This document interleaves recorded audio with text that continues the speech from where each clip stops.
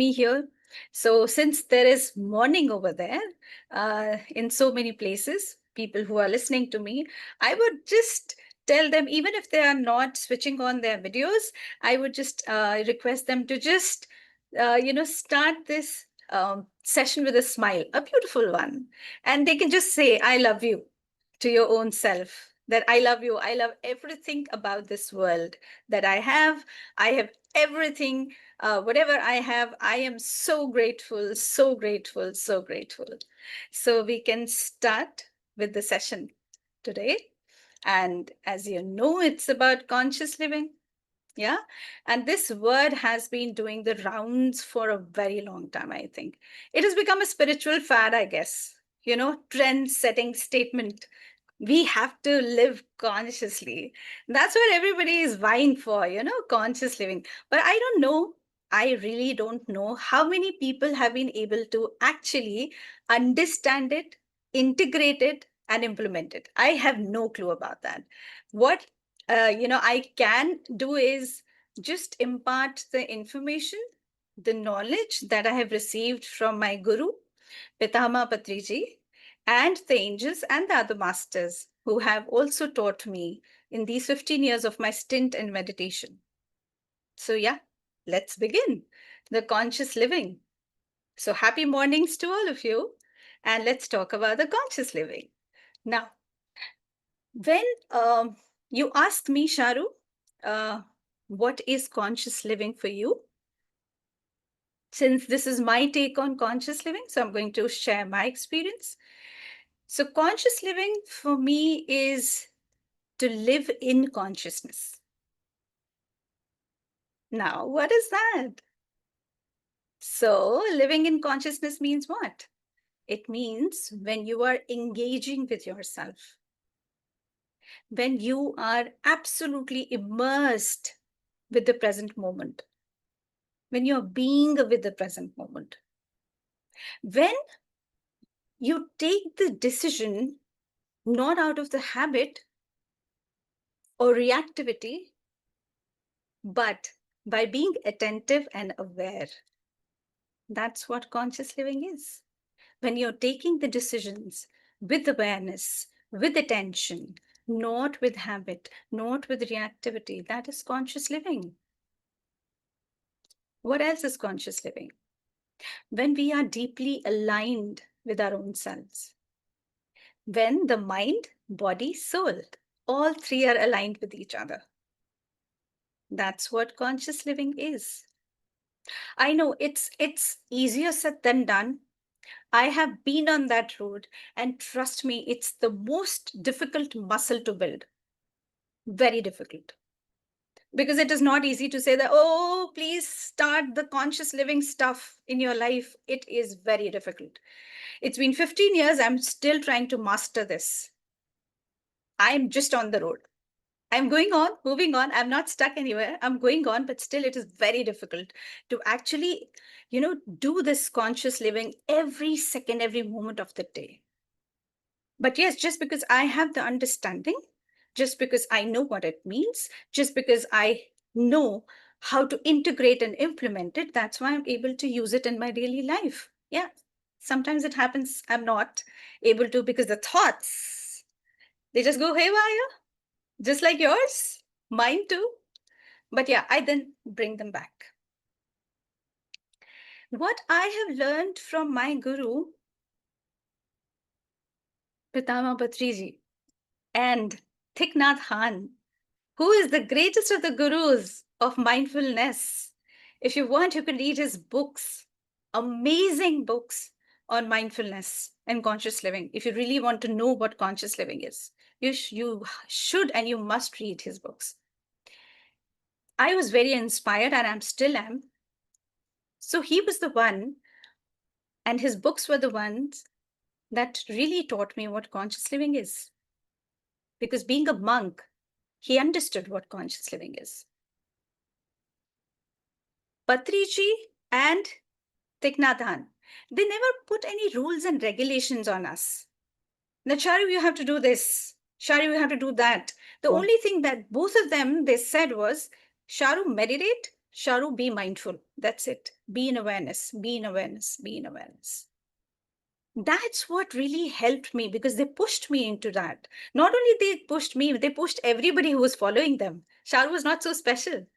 Everybody was special for them, for the gurus. And they sent the same thing to everyone. What they said to me, they said to everybody. And Sharoo, it's okay. Even if you're stuck, move ahead. Do not try to be at one place. Be in the present moment. What I learned from Thich Nhat Hanh was that when he used to say that if you are drinking the morning cup of tea or a coffee, or maybe a Bombita, maybe a Horlicks, or maybe anything, at that time, you just need to do what? You need to be present. Present with what? You need to feel the warmth of the mug, the cup. You need to experience the fragrance that's coming. But how many of us do that? Not even one single person does that. If we are having the cup of tea, our mind is in thousands of directions. Oh, ye bhi karna hai, wo bhi karna hai. There's so many things that I need to do. This is the to-do list today. And we just keep thinking about that. And we miss that moment when we want to be sitting with that mug, that cup of coffee or tea. And we lose that moment in an instant. We lose that beauty of that moment in an instant. That's how we have to start conscious living in little things, the daily life. That's how we are going to become very conscious about our own selves. That's how we are going to become aware. We read so many books, huh? You also read so many books. Patriji always used to give emphasis on Swadhyaya. And that's what I learned from him, even though I was an avid reader, but I had, long forgotten about that I could read, I could understand books. But when I met with Patriji, few years back, 15 years back, so when I started coming into his, when in his group, in his satsang, at that time, he always used to say that Swadhyay is must. And I started reading the books. Now, reading the books, how do we read? We just flip the pages, don't we? And then we feel very proud of ourselves. That, oh, we have finished one book because Patriji said that we have to read, so we have finished one book. After 3 days, if I'm going to ask any question from that book or the essence of that book, if I'm going to ask you, trust me, you're going to say, I don't remember what it was about. We just read for the heck of reading. The conscious reading is when we are one with the line, each and every word, each and every line of that book. That's how the knowledge, comes inside you. You start inculcating the knowledge. Not just flipping over the pages does not mean Swadhyaya. Swadhyaya is when you understand the essence of the book, and the essence of the book is understood only when you become one with it. Similarly, when you become one with the cup of coffee, when you become one with this session that Sharoo is right now taking, not thinking about, oh, there's my child, I have to go pick the child up. Oh, I have a party to attend. What is the dress that I'm going to wear? Oh, my husband is going to come. What is it that I need to cook? You will get the time to think about it later. Right now, you need to be here and now. That's the most wonderful thing about conscious living, when we start being with the now. When we are not thinking about the past, we are not thinking about the future. We're just thinking about what is it today that I need to do right now in this moment. That will make you happy.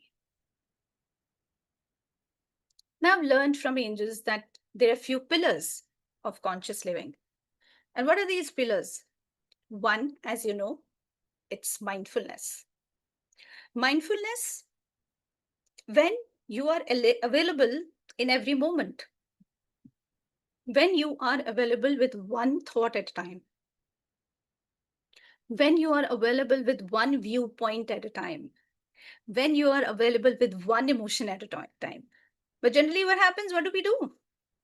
सारे emotions आ जाते हैं. Chalo, lay out. Let's bring it. And then, because we are meditators, let's resolve all the emotions. That's what we keep doing, right? Do we succeed? Not at all. What conscious living says, if there's one emotion that is actually triggering something in your life, then try to work on that emotion first. If it's anger, try to work on that anger. If you're sad, try to work on that sadness. If you're unhappy about something, then try to understand why are you unhappy about something. That's conscious living. Now, this is the first pillar. Second pillar is what? The purpose. There has to be a purpose for the conscious living. What is it that you want to do? Why do you want conscious living? Have you ever asked? Just because Patriji is saying, Thich Nhat is saying, or Sharoo is saying, doesn't mean that you need to bring conscious living. There has to be a purpose why you want conscious living. Do you want to be happy? Do you want to be peaceful? What is it? Because that purpose is going to actually push you and your conscious living. If you do not have a purpose, you will not know, why do I need this conscious living? I don't want to be in the present moment. I can be in the past. I can be in the future. That's the second pillar. The third pillar is the simplicity. If you really want conscious living, be as much as simple as you want in your thinking. Don't complicate stuff. Meditation is simple. Don't complicate it by bringing rituals in between. It's just being with the breath, our natural breath. That's it. Simplify your life, declutter your life, take out the clutter as soon as possible. Be as simple as you can. And the fourth is connection. This is the fourth pillar of conscious living. Connect with yourself. Your mind, body, soul, always remember it should be aligned with each other. They should all be aligned. If they are not aligned, you will not be able to live your life happily, no matter how much meditation you're doing. So you need to align yourself with yourself first. Align yourself with your soul, your Atma, your Chetana, your consciousness. And then you align yourself with anything else in the entire world. And you will see, once your mind, body, souls are aligned, you'll be able to align yourself with the Prakriti, with the nature. That's the pillar. Now, what did Sharoo get out of conscious living? I got a lot of joy and happiness, trust me. Why? Because I started thinking about the present rather than being in the past or in the future. I got very relaxed, trust me. It was very relaxing to be in the present because I was not constantly thinking about my past and ruminating about past or thinking about why did I do that and I shouldn't have done that or that person shouldn't have done that. I started being in the present. Simultaneously, also trying to learn what I did from the past and then fusing it in my present. So I got joy and happiness. I didn't run after the joy and happiness, I got it automatically when I started learning about conscious living. It also reduced a lot of stress, trust me.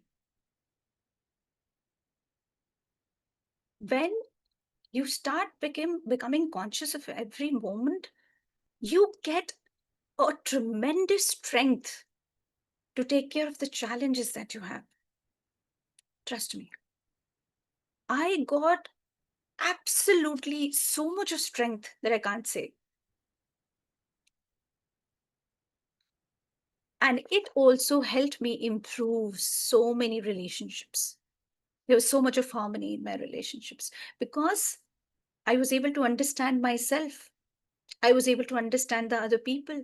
I was able to be kind and empathetic towards them. That's how I changed my relationships also, by living in consciousness. It gave me a lot of satisfaction, trust me. Now, if you are going to ask me, what are the tips that you can give me, Sharoo, if I want to also follow this? What do I do?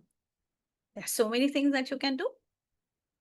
So I'm going to tell you one by one those tips that I have followed in my life, which has actually helped me live consciously, which I've learned from Pitama Patriji, and I have learned from Thich Nhat Hanh and the other masters as well.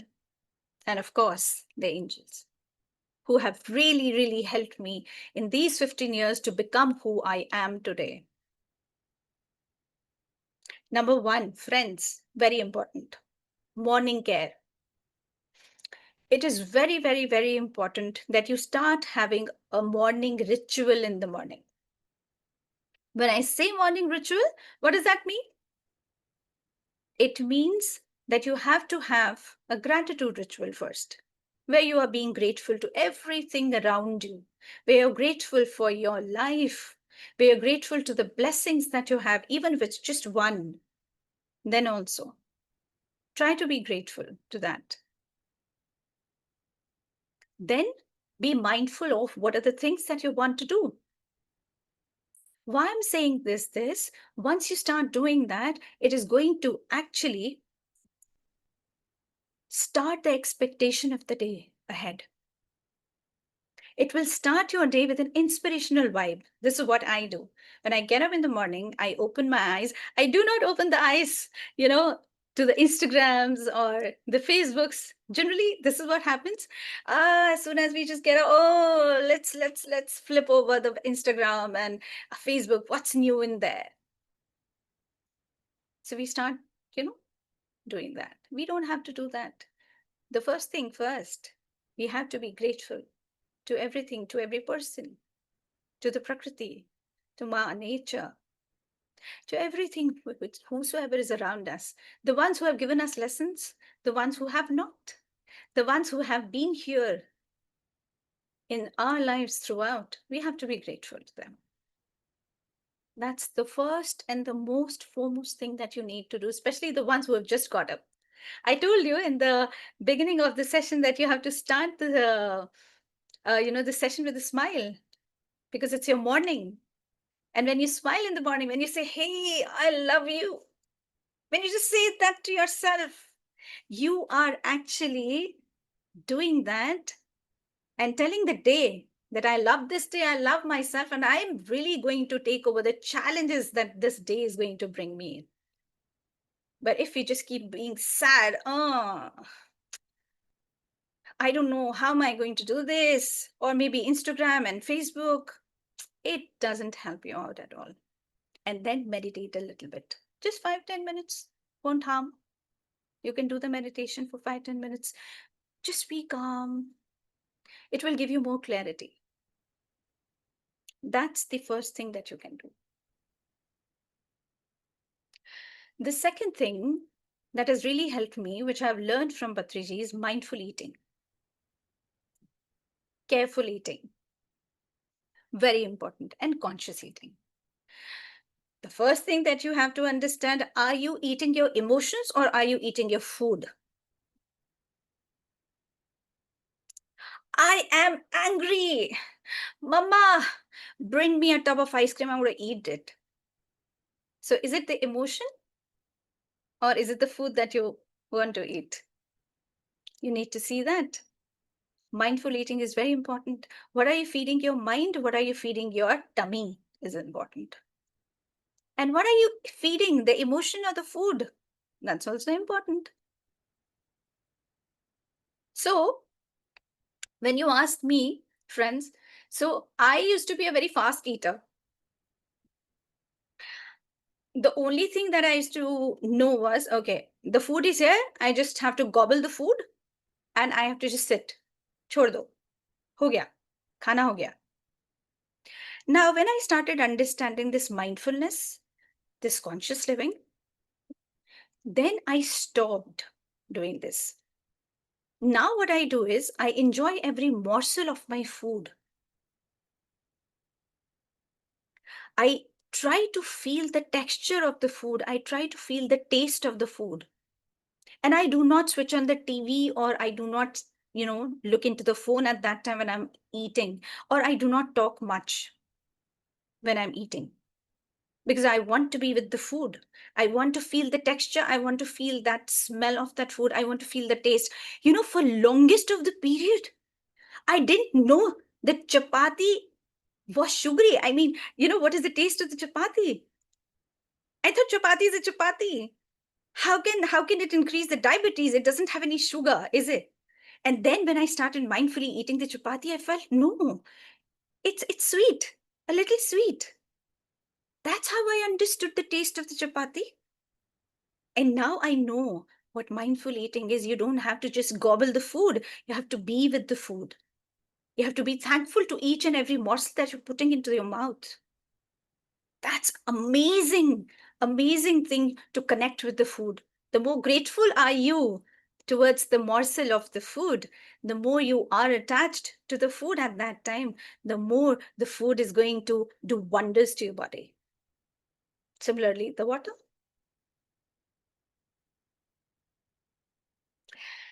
Next thing that has really helped me is by cleaning up my space. Very important. You need to clean up your space. Physical space, or this space, your entire body is like a room. It's like a flat. It's like a home.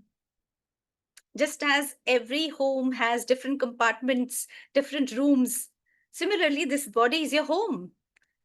This is the building. And inside, every organ has a room of its own. You just have to declutter yourself. The more you are decluttering yourself, the more will you be able to understand your body in a better way. So declutter karo yaar. Who's stopping you? But no, what we do is we don't want to declutter ourselves. We want to just keep complaining about ourselves. And then when we keep complaining about the body, the pain, the suffering that is coming from the thoughts, but we don't want to declutter it. We don't want to meditate. We don't want to be aware. We don't want to be mindful, but we want to complain all the time. That's why the suffering keeps doubling up, because we are not doing the needful. And then we keep complaining. Kyun ho raha hai ye? That's what we always question ourselves. Now, why is it happening to me? Another thing that has really helped me is technology detox, which is very important. We don't have to be, always all the time on the phone. And usually people are, because Instagram is really something that is captivating our eyes, our senses, everything. How much time are you putting into it? Trust me, most of the work that I do is through the phone. But I make it a point that there are some days where I do not touch it. If there's a call coming, yes, I do take the call, because the people from all over the places, they call me for the clarity sessions and the other things they have to discuss. So I take the call and then put it back. That's all. I don't have to do anything else. But I do try to keep the phone away for some time every day. Not that every time I'm just, scrolling the Instagram and the other social media. Another thing that has really helped me is taking the mindful strolls. Go out, try to connect with the nature. What are you guys doing? Why do you want to limit yourself to one room? Bahar niklo. Get out of your home. Try to connect with the trees. Try to connect with yourself. Try to connect with the birds, the sounds. Try to be there. Try to see how the butterfly is sitting on your shoulder. Try to see what is that texture of that flower? What is the color? What about that dewdrop that is there on the flower? Try to see that. No. Try to see what the angels are trying to tell you through the nature. It's so beautiful when you start doing the mindful strolls. In Delhi, we do not have forests. We do not have such places. We have few little, small parks where we can go. But when you go over there, it really feels nice when you are in the company of the trees. It's so beautiful. Try to do that. And last but not the least, meditation. Do not, do not try to say that, no, I can't meditate. Nahi ho raha hai. You have to meditate. Why? Because meditation is something that is going to develop your awareness in a better way. It is going to develop your mindfulness. When you talk about the conscious living, mind meditation is something that is going to give a push to this conscious living. And it will help you, permit you to actually look into the life challenges eye to eye. Because meditation gives you clarity, meditation gives you awareness, meditation gives you mindfulness. That's what my experience has been, friends. So for me, if you'll ask me, Sharoo, what is the last statement that you're going to do or say about this particular word, then I would say that living consciously for me has never been an objective, but now it has become a long lasting journey for me. It's a journey. I am on that journey. I'll keep working on myself. I'm going to be on that road forever, and I'm going to keep improving myself, and that's what conscious living is for me. I don't know what it is for you. That's something that you need to figure out, right? So thank you so much for listening to me patiently. Grateful to you. Grateful to each and everyone who intently listened to me, who were consciously listening to me, and who are here with me. Thank you so much to their souls and consciousness. Thank you so much. Shukriya. Shukriya.